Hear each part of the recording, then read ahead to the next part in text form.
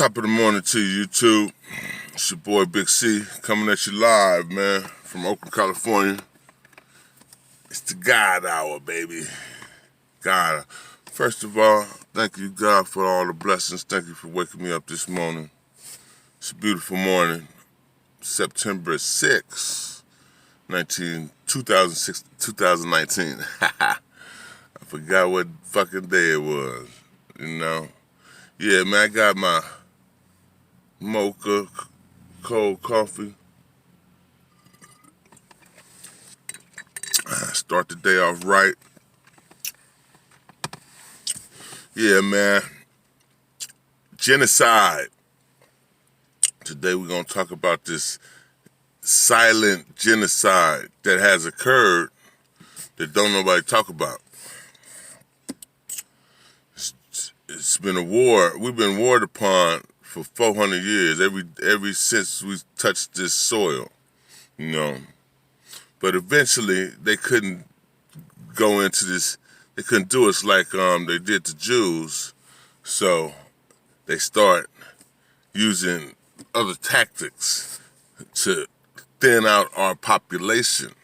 Because if you look at our population in the 1700s, we were 13% of the United States population. African Americans made up 13% of the United States population for a long time. It's always been like that. But 13 fluctuate from 13, 14, 11, 13, 14, 15%. You know, I say at this point, I think last time I checked, we were hovering between 13 and 14% of the United States population. So that means that it's been hard to grow our population, man. For one, you know, we always had been warred upon. You know, our population grew, but the white population grew just as well, you know. But now our population is growing a lot faster than the white population. So that's why you see some of the xenophobia going on today. Mass killings and shit like that. They know that the gig is up. But let's talk about this silent genocide, man.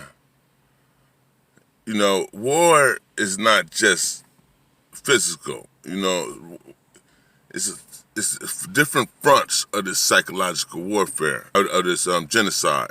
Psychological warfare is one of them. Convince you that you ain't shit.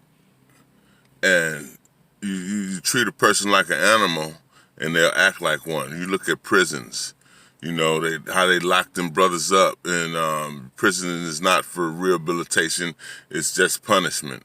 And you get these brothers going in and out of prison and they developing these issues. And, you know, it's a big school for crime. So brothers eventually come out and re-offend and go back in. Psychological warfare, man, convinces you you are not shit. You're a slave. You're a nigger. You're less than. You know, if I convince you that you ain't worth shit, you gonna act like you ain't worth shit too. You know, so the cure for that is to know thyself. The ancient Egyptians, that was the first thing on the pyramid when they went into the Valley of Kings, and all the graves on the wall, it said, "Know thyself." That's the medicine. You know, it's even in the religious books. You're studying yourself. Know who you are. Know your history. That's how you combat that part of psychological warfare. You know, see the value in yourself.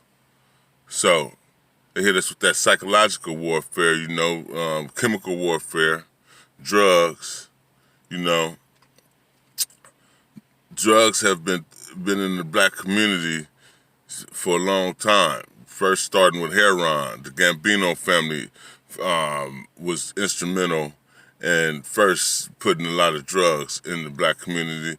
They went against the mob's protocol and start selling dope. And the first thing, if you look at the Godfather, the movie Godfather, you see how a similarity to how it went.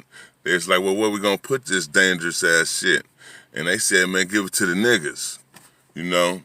So in Chicago, New York, L.A., in the 30s, 40s, you know, it was a heroin epidemic.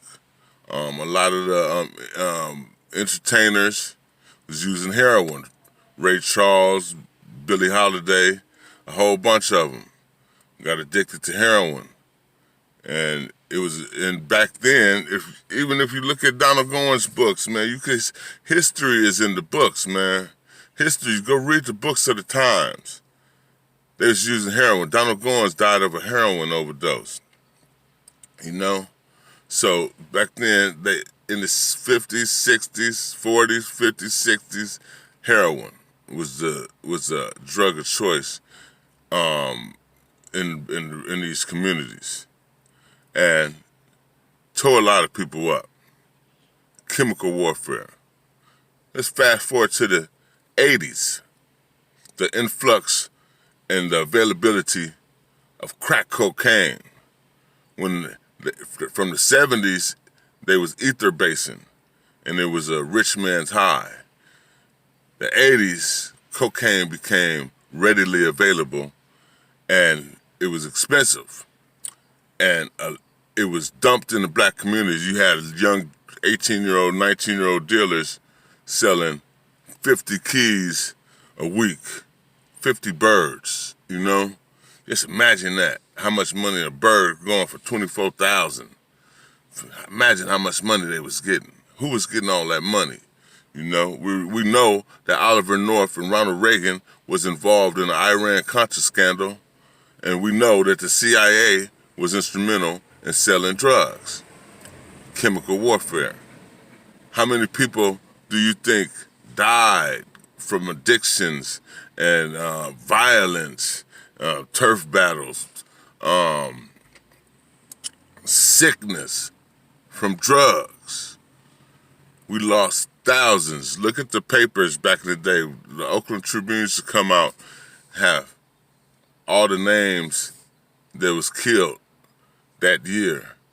That was just in Oakland. There's thousands. What about Chicago? What about New York? What about L.A.?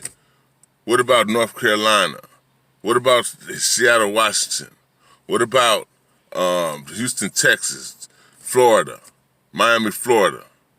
Thousands of people lost their lives during the drug epidemic of the 80s. And then on top of that chemical warfare, then we had the prison boom. California had 13 prisons in 1980.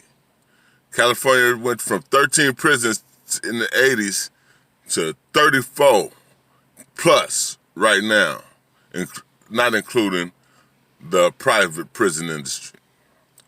So they incarcerated a lot of fathers, a lot of mothers. Incarceration, disenfranchisement. Now they strip you of your freedom. They disenfranchise you because they didn't put these drugs, you didn't use these drugs, and now you got felonies. Now you're a convict, so you get a little less of the American pie than others because you violated. Biological warfare. Biological warfare. Remember the Tuskegee experiment? Well, it was a lot more experiments. In the 40s and 50s, you know, it was the atomic boom when we had the Nazis had been destroyed, and we had took their lead scientist, Brown, I think his name is Braun or Brown. I forget his first name, but he was one of the top nuclear scientists, atomic scientists, and he was a Nazi, and he defected over to the United States side. So they was doing a lot of experiments back then. That's why we got the big atomic bomb when we bombed Hiroshima, Japan. So they was doing a lot of experiments. And who you think they was experimenting on? The African American population, especially the ones in prison. They were letting you wear a plutonium pack full of radiation on you to see what it do. And your compensation for that was you get a little bit of cookies, zoom zooms, and wham whams. Because a lot of those prisoners were poor. Biological warfare. Even in the food, you know. Why is it that black folks is more susceptible to high blood pressure and all that, and diabetes and all that stuff? What is they putting in our food? What is Monsanto? You understand what I'm saying? Chemical warfare, man. Biological warfare. Psychological warfare. So now we have a population of our people laying on the ground, sleeping in tents. Go to San Francisco, you see all the mental health conditions on one corner. You know, a whole area in San Francisco in the Tenderloin is full. It smell like piss and shit. You know, they lost their mind. They rolling on the ground. They smoking crack like it's a cigarette.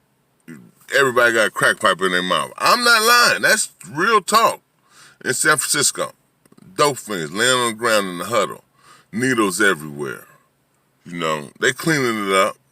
You know, they got those little stations where they can go inject, which is a lot safer, it's healthy, you know. I worked in social services for 10 years as a case manager. I worked in San Francisco, I worked in Oakland, I worked in San Mateo County. And, you know, the stories about the children growing up HIV infected because their moms or dad was on heroin or, you know, whatever. But they already infected, born infected, you know. I'd had kids that, I had a youngster tell me he wanted to kill his mama. I'm like, why you want to kill your mama? I'm thinking like, this dude is a piece of shit. But once he told me the story, shit, I kind of understood. His mama set him up to get robbed for his sack. Her boyfriend, her Dauphine boyfriend did it. And the nigga stabbed him. So, you know,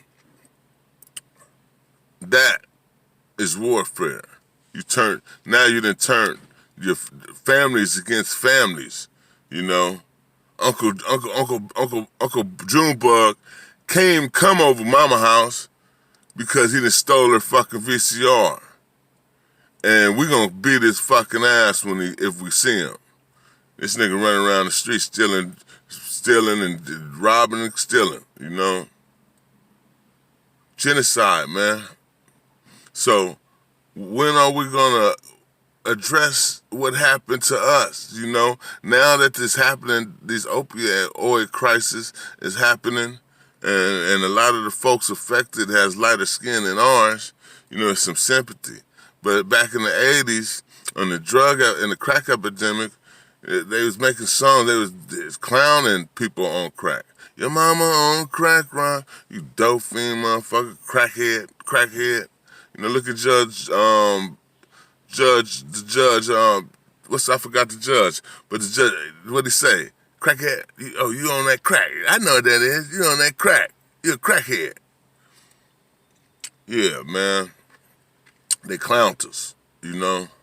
And then they gave our brothers extraordinary numbers to do in prison, you know, centuries to do in prison. And they were selling the drugs. So the taxpayers pay for us to sit in prison, and they get paid from that. They get paid. They cut off that taxpayer money. I watched Dublin go from a one-horse town to a very, very, very big strip mall right now. You know, a lot of stuff came out of that. Those funds for them prisons. You know, a lot of people got rich from that, and it wasn't us. You know, where did those millions go that Big Meech had, that Lil D had, that Fee had? Who took that? The government. You know what I'm saying? So that is a part of warfare. You know, the war on drugs was started by Richard Nixon, and after the Revolutionary Guard of the Black Panthers. You know, the brothers start getting militant after the initial marching and singing, and after the assassination of Martin Luther King. Really, brothers start getting militant, and they was coming home from the Vietnam War, so they was already military minded. You know, so the world changed for black people in the late 60s. I was born in 68. By that time, you know, it was ill-informed for a white man to walk up to a black person and call him a nigger then. And if you study the zebra killings, you know, it was that happened in the Bay Area, the zebra killings where members of certain sects of the Nation of Islam would go over to San Francisco and for a couple weeks, and they were just targeting anybody white and killing them. And that was a big thing in the early 70s, the zebra killings. Read about that happening in Oakland, San Francisco Bay Area. We became militant after those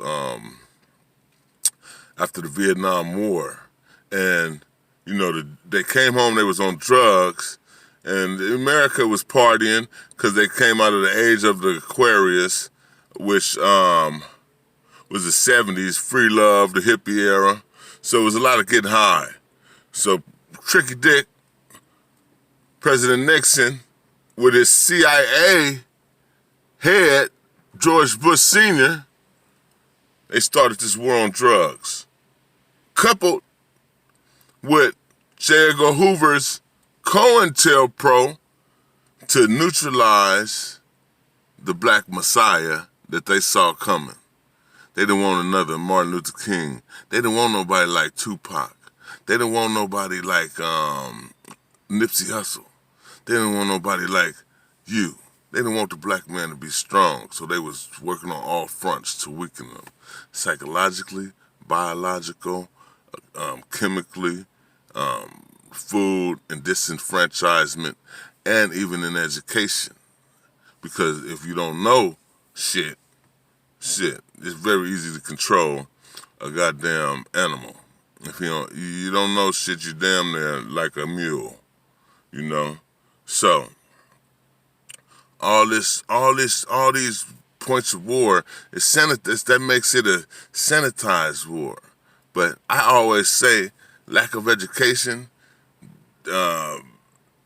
lack of resources, disenfranchisement, and that's all invisible violence. Violence. That if I can't eat, you know, so what's gonna happen? The inhabitants of that area that's being targeted is gonna turn on each other. Great idea, Vladimir. That's how they was thinking, brother. It's chess, not checkers. And what happened? If you look at the 80s, the 90s, 2000, today, brothers is killing each other. Brothers was killing each other during them 80s. Drive-by shootings, for the gang warfare, drug wars, We had one of the big ones with Felix Mitchell and Mickey Moore. I remember back in the day, they was finding bodies in the Oakland Hills, heads wrapped up in plastic. A couple of our folks was getting killed, the older cats. We seen that. Our first time I seen somebody get killed on 23rd, he was at the gas station on East 20th, across the street from Tony's, and it was a raw ass old car. He had on a brown suit. He was laid out. I was about 12. That's the first time I seen somebody killed, and it was a trip. You know, I think he was stinking or something like that. I was like, man, it's just weird to me. And that was the war, though. My mama told me don't go to that store for that summer. You know, they was warned, the village and the family in Oakland. It's Oakland history. Wiped out a lot of people. I remember growing up on 96. I was on 96 in Olive in East Oakland with me and my homeboy Terry Austin, and one of my best friend and my brother. And we was out there grinding, and now we look back, you know, it's like T the only one left. T, Brim, but you got a bunch of people that used to be on that corner, they gone. I can name people, my hands and toes. Whole neighborhood out of here from gunshots.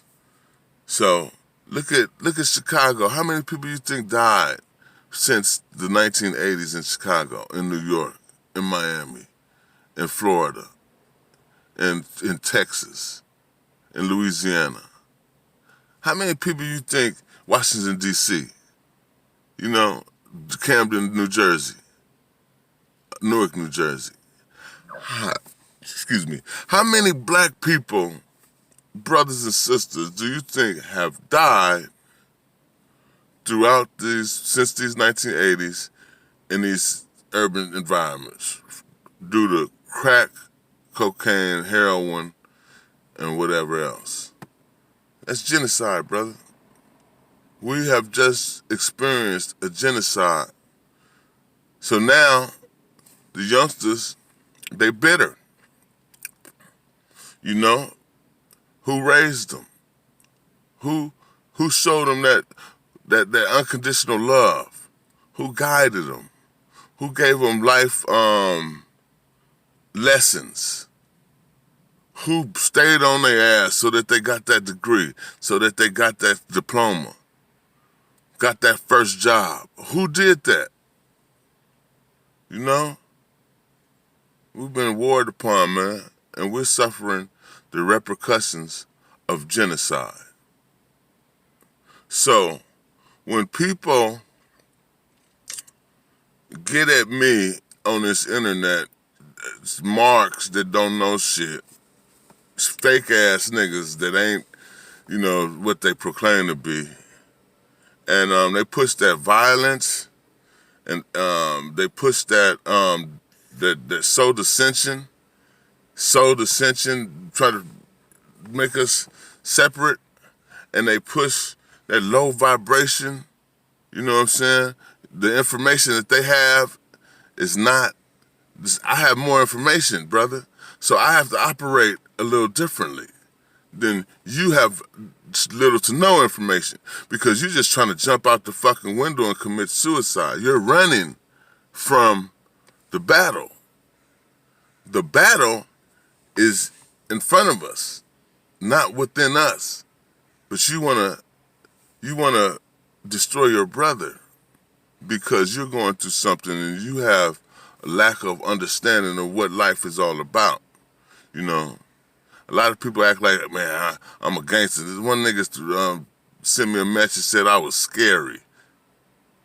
Man, everything that I done did and already happened, motherfucker. I ain't got nothing to prove to nobody. You know, you're not worthy or worth me proving shit to you.